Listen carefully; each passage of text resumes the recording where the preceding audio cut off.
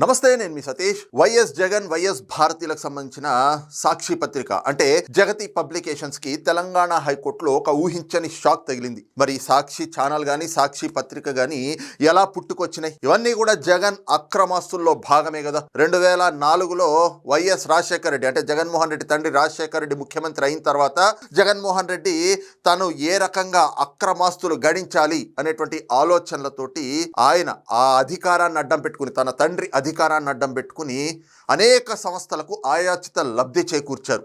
ఆ సంస్థలన్నీ కూడా ఇవ్వాల్సినటువంటి లంచాల్ని పెట్టుబడుల రూపంలో ఈ జగతి పబ్లికేషన్స్లో, అలాగే జనని ఇన్ఫ్రాలో, ఇందిరా టెలివిజన్, జగతి పబ్లికేషన్స్ అంటే సాక్షి పత్రిక, జనని ఇన్ఫ్రా, అలాగే ఇందిరా టెలివిజన్ అంటే సాక్షి టీవీ, వీటిల్లో మరి ఆ ఆయాచిత లబ్ధి పొందినటువంటి సంస్థలు మరి జగన్మోహన్ రెడ్డికి వైఎస్ రాజశేఖర రెడ్డికి ఇవ్వాల్సినటువంటి లంచాల్ని పెట్టుబడుల రూపంలో తీసుకొచ్చి ఈ సంస్థల్లో పెట్టారు. 2007 నాటికి 83 కోట్ల నుంచి 139 కోట్లగా ఉన్నటువంటి జగతి పబ్లికేషన్స్ అంటే సాక్షి ఆస్తులు 2008 సంవత్సరం వచ్చేటప్పటికి 3549 కోట్ల రూపాయలకి ఎగబాకినాయంటేనే ఏ స్థాయిలో జగన్మోహన్ రెడ్డి అక్రమాస్తులు గడించారు, ఏ రకంగా అవినీతి చేశారు అనేటువంటిది స్పష్టమైపోతూ ఉంటుంది. అంటే దాదాపు ఏడాదిలోనే సాక్షి అంటే జగతి పబ్లికేషన్స్ కి సంబంధించినటువంటి ఆస్తులు 26% పెరిగినాయి. ఆ విధంగా తన తండ్రి అధికారాన్ని అడ్డం పెట్టుకుని ఈ సాక్షి ఆస్తులన్నీ కూడా పెంచుకుంటూ వచ్చారు. జగతి పబ్లికేషన్స్, ఇందిరా టెలివిజన్, జనని ఇన్ఫ్రాకి సంబంధించినటువంటి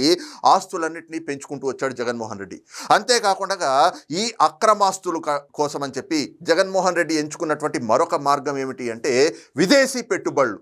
వీటికి 2005, 2006లోనే జగన్మోహన్ రెడ్డి పునాదులు వేశారు. అది కూడా మారిషస్ నుంచి మొదటి పునాదులు పడ్డాయి. ఈ ఏదైతే గనక ఈ ఆయాచిత లబ్ధి చేకూర్చడం, క్విట్ ప్రోకో చేయడం, లంచాలు గడించడం, వాటన్నిటిని విదేశీ పెట్టుబడుల రూపంలో తీసుకొచ్చి తన సంస్థల్లో పెట్టుబడులుగా పెట్టించడం, వీటన్నిటికీ మారిషస్ నుంచి పునాదులు వేసిన జగన్మోహన్ రెడ్డి ఆ తర్వాత ఫ్లోరీ ఎమర్జింగ్, 2i క్యాపిటల్ అనేటువంటి సంస్థల్ని కూడా వీటి ద్వారా కూడా పూర్తిగా ఆ విదేశీ పెట్టుబడుల రూపంలో వాటిని తీసుకొచ్చి తన సంస్థల్లో పెట్టుబడులు పెట్టించాలి అనేటువంటి ఆలోచనతో ఈ అక్రమాస్తులకి ఒక క్విట్ ప్రోకోన్ అయితే కనుక ప్లాన్ చేశారు. అయితే విదేశీ పెట్టుబడులు అనేటువంటిది నేరుగా మన దేశంలో ఉన్నటువంటి చట్టాల ప్రకారం మరి ఈ పత్రికా రంగంలో పెట్టడానికి కొన్ని పరిమితులు ఉంటాయి. అవి కూడా ఏమిటి అంటే 19% నుంచి 24% మధ్యలో మాత్రమే విదేశీ పెట్టుబడులు అంటే 24% కట్ ఆఫ్. ఇక ఆ పైన పెట్టుబడులు పెట్టడానికి కానీ లేదంటే షేర్లు కొనడానికి కానీ అనుమతులు లేవు మనకున్నటువంటి చట్టాల ప్రకారం. అందుకని చెప్పి జగన్మోహన్ రెడ్డి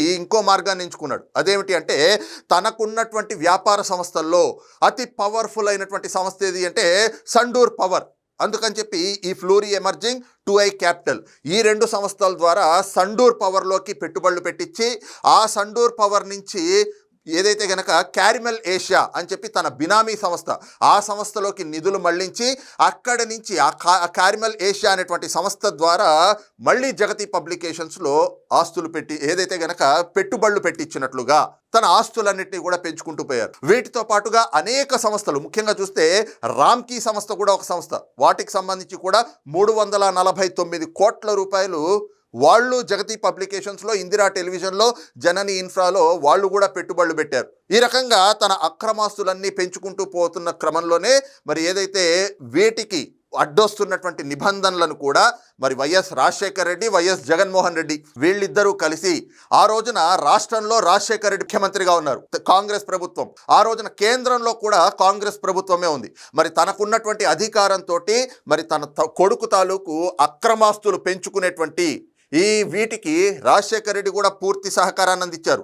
ఆ రోజున ఆయన ముఖ్యమంత్రిగా ఉంటూ కేంద్రంలో ఉన్నటువంటి ఎవరైతే కనుక మంత్రులు ఉంటారో వాళ్ళతోటి కూడా అప్పటి వరకు ఉన్నటువంటి నిబంధనలను సడలింపు జరిగే విధంగా ఆయన చక్రం తిప్పారు. ఎందుకు అనంటే విదేశీ పెట్టుబడులు అనేటువంటిది పత్రికా రంగంలోకి రావడానికి కొన్ని పరిమితులు ఉంటాయి. కానీ ఆ పరిమితుల్ని మించి డబ్బులు వచ్చి ఇక్కడ జగతి పబ్లికేషన్స్లోకి పెట్టుబడుల రూపంలో వస్తూ ఉన్నాయి. ఇవన్నీ కూడా రేపొద్దున తనకి న్యాయపరంగా తెచ్చిపెట్టేటువంటి ఇబ్బందులు ఏవైతే ఉంటాయో వాటన్నిటినీ జగన్ అండ్ బ్యాచ్ అప్పట్లోనే గుర్తించి రాజశేఖర రెడ్డి దగ్గరికి ఈ అంశాన్ని తీసుకెళ్లేటప్పటికి మరి ఏదైతే గనక రాజశేఖర రెడ్డి కేంద్రంలో మరి ఆ రోజున కాంగ్రెస్ ప్రభుత్వమే ఉంది, కేంద్ర ప్రభుత్వంలో ఉన్నటువంటి సంబంధిత శాఖ మంత్రులతోటి ఆయన మాట్లాడి అప్పటికప్పుడు నిబంధనల సడలింపులు కూడా చేయించి వాటికి సంబంధించినటువంటి ప్రెస్ నోట్లు, జీవోలు కూడా విడుదల చేయించారు. ఎఫ్ఐపిబి ద్వారా. వాటి ద్వారా జగన్మోహన్ రెడ్డి సంస్థల్లోకి వచ్చినటువంటి ఈ విదేశీ పెట్టుబడులకు సంబంధించి ఇక ఎటు అప్పటికే ప్రెస్ నోట్లు కూడా వచ్చేసినాయి కాబట్టి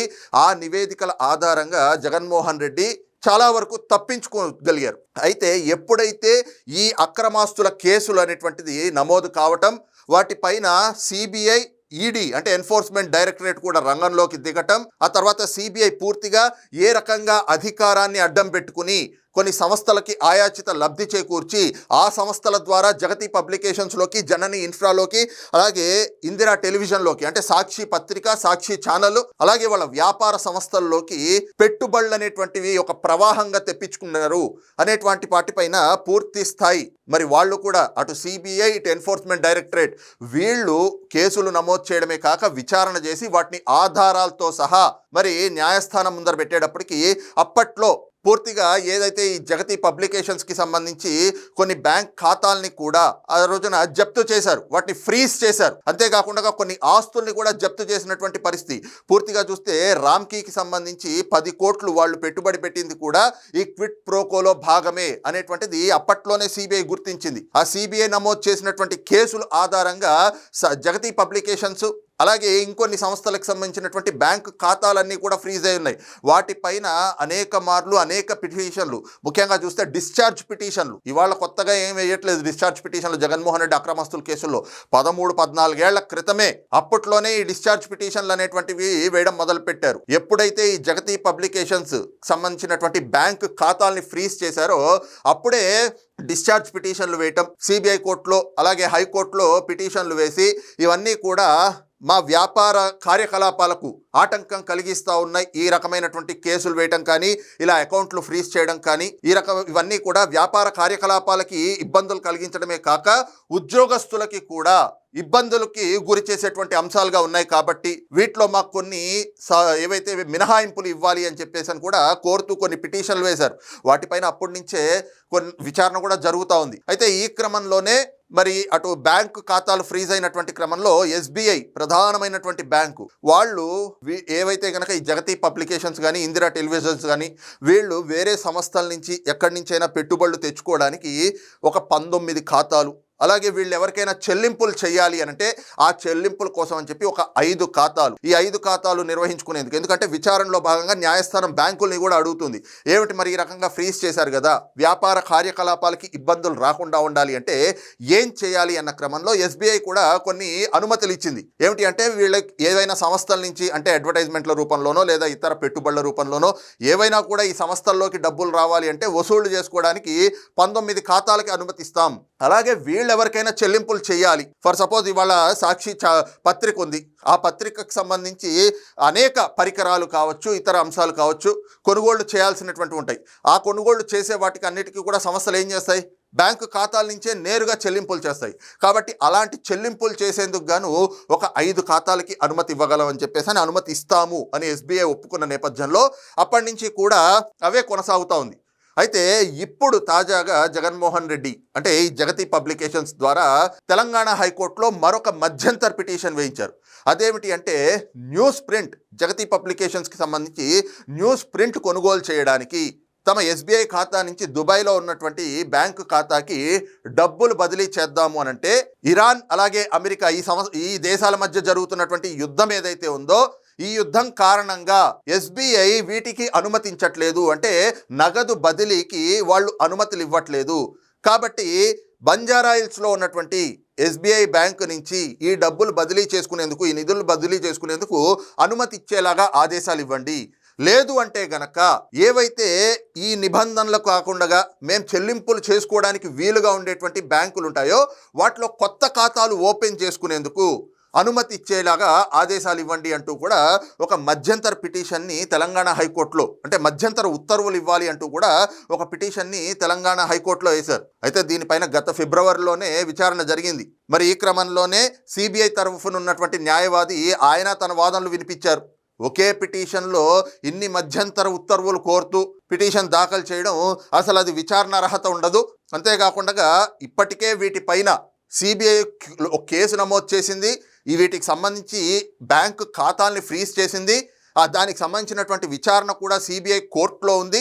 కాబట్టి ఇప్పుడు వీళ్ళు వేసినటువంటి ఈ పిటిషన్లన్నిటికీ కూడా అనుమతులు ఇవ్వాల్సినటువంటి అవసరం లేదు అని చెప్పి ఆయన తన వాదనలు వినిపించారు. ఇక అదే క్రమంలో పిటిషనర్ అంటే జగతి పబ్లికేషన్స్ తరఫున ఉండేటువంటి న్యాయవాదులు వాళ్ళు తమ వాదనలు వినిపించారు. మరి పూర్తిగా ఇరుపక్షాల వాదనలు విన్నటువంటి తెలంగాణ హైకోర్టు ఏదైనా ఉంటే మీరు సిబిఐ కోర్టుకి వెళ్ళి అక్కడ తేల్చుకోండి, అంతేగాని ఆల్రెడీ దీనిపైన విచారణ జరిగింది, దీనిపైన తీర్పు కూడా వెలువరింది, తీర్పులు వెలువడిన తర్వాత మీరు వచ్చి మధ్యంతర పిటిషన్లు వేసి మధ్యంతర ఉత్తర్వులు ఇవ్వాలి అంటే మేము మీకు ఇవ్వలేము, కాబట్టి ఏదున్నా కూడా మళ్ళీ సిబిఐ కోర్టుకే వెళ్ళి తేల్చుకోండి అంటూ కూడా తీర్పునిచ్చినటువంటి పరిస్థితి. అయితే పూర్తిగా అక్రమాస్తుల కేసులో ఇప్పటికే అనేక సార్లు ఏవైతే గనక అక్రమాస్తులు గడించారు, క్విట్ ప్రోకోలు చేశారు, అవన్నీ సాక్ష్యాలు ఆధారాలతో సహా బయటపడితే ఒకవైపున వ్యాపారం పేరుతోటి, అలాగే ఇంకో వైపున చూస్తే మా ఉద్యోగులు ఇబ్బంది పడతారు, ఇప్పుడు ఈ అకౌంట్లు ఫ్రీజ్ చేస్తే మా సాక్షి ఉద్యోగులంతా కూడా రోడ్డును పడే పరిస్థితులు,